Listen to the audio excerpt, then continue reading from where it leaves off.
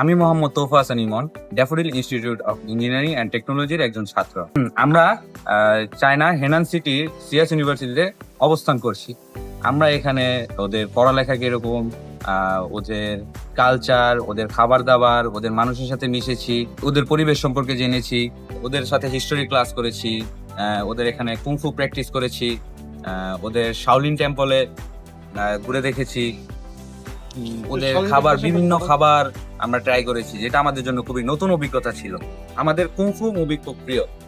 যেখানে কুংফুর উৎপত্তি স্থল শাওলিন, সেখানে আমরা পুরাটা সেই শাওলিন টেম্পল আমরা পুরাটা ঘুরে দেখতে পেরেছি। তারপর সিএস ইউনিভার্সিটি খুব বিশাল একটি এরিয়া জুড়ে তৈরি, যেটা আমরা পুরোটা ঘুরে দেখতে পেরেছি। আমরা এখানে ওদের সিটি এক্সপ্লোর করেছি।